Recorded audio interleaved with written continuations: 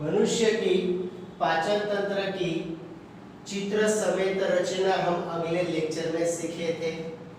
मुंह, जीवा, दांत और आमाशय खुराक का पाचन किस तरह करते हैं वो भी हमने सीख लिया था। आमाशय के बाद खुराक कहाँ जाएगा? हमारे क्षुद्रांत्र में, यानी छोटी आंत्र कहा जाता है। क्षुद्रांत्र हालांकि आहार नाल का सबसे लंबा अंग है, बहुत लंबा होता है, देखेंगे आगे। लेकिन कुंडलित सिकुड़ जुड़ा हुआ होता है। कुंडलित होने के कारण यह सहत स्थान में अवस्थित होता है। जैसे कि घास खाने वाले शाकाहारी लेते हैं, तो घास खाने वाले सभी गाय भैंस वगैरह वो सब घास खाते हैं, वो शाकाहारी है, उसको सेल्यूलोज मिलता है।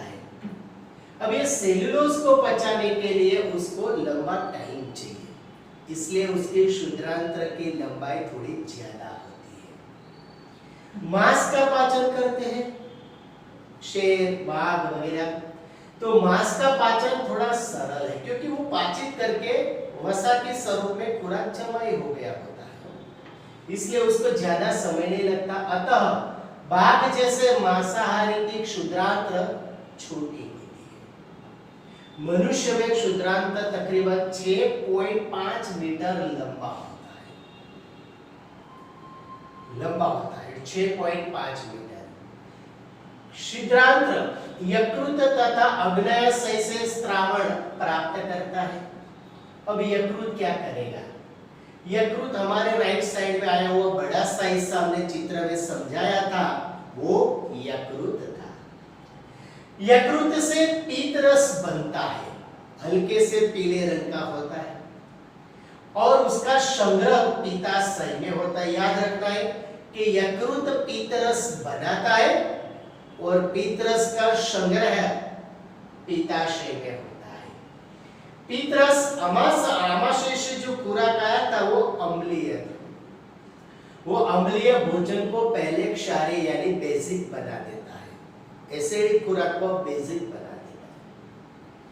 उसके पीतरस के अंदर पीत लवण होते हैं छोटे छोटे, वो पीत लवण वसा के बड़ी बड़ी गोलिकाओं होती है, उसको छोटी गोलिकाओं में खंडित कर देता है और इसको इमल्सीकरण कहा जाता है, यानी कि साबुन की तरह ये कार्य करते हुए ये अंगिका हो गई, इसलिए उसको इमल्सीकरण कहा जाता है। बाद में देखते हैं अग्न्याशय।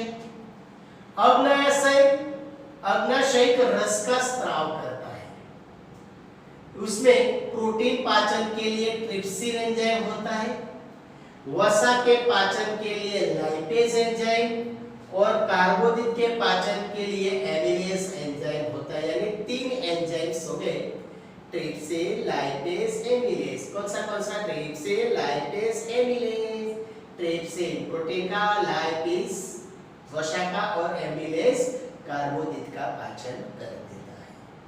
क्षुद्रांत्र की भित्ति यानी अंदर की जो दीवार होती है, उनमें से भी एक रस बनता है जिसको आंत्र रस कहा जाता है। उसमें उपस्थित एंजाइम अंत में क्या करता है? तो आंत्र रस में जो एंजाइम होता है वो प्रोटीन को एमिनो अम्ल में, कार्बोहाइड्रेट को ग्लूकोज में और वसा को वसा अम्ल तथा ग्लिसरॉल में परिवर्तित कर देता है।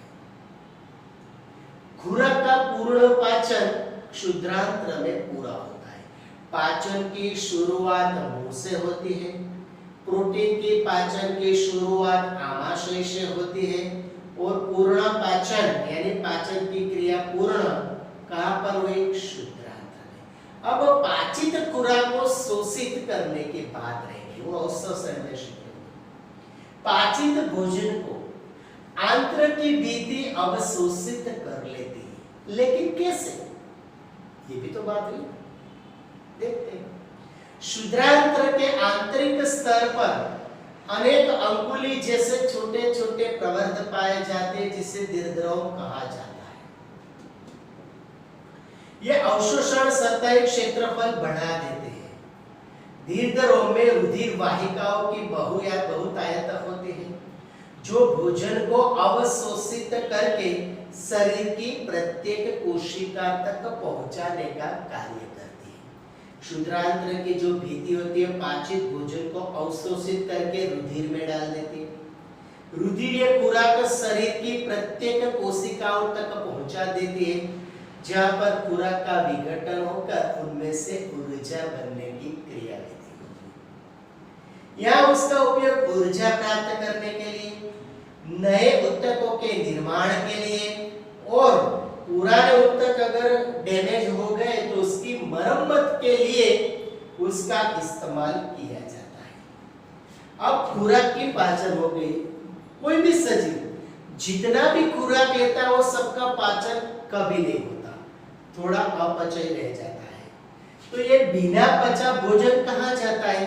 तो क्षुद्रांत्र के बाद हमने बड़ा सा बताया था बृहदांत्र, चित्र याद कर लीजिएगा। बृहदांत्र में जाता है जहां दीर्घ रोग इस पदार्थ में से जल का अभिशोषण कर लेते हैं, यानी कि जल भी वापस आ गया।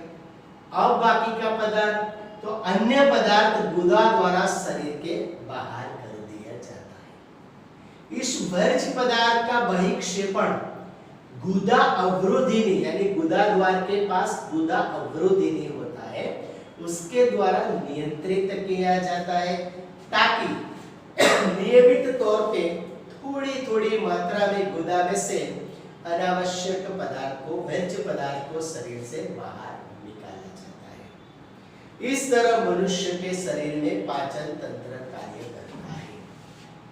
ठीक है, आज फिर से एक बार रिक्वेस्ट करने का मन कर रहा है कि आप जो चल रहा है बोर्ड पे है उसका स्क्रीनशॉट लेकर के वो होमवर्क एक बार करो, आलस मत करो, वरना रिजल्ट फिर कम आएगा। ठीक है, लाइक सब्सक्राइब तो कर रहे हैं, तो इसका स्क्रीनशॉट ले लो, होमवर्क करके फोटो खींच के हमें व्हाट्सएप कर देना है। ठीक है ना जी, बहुत अच्छा, थैंक यू।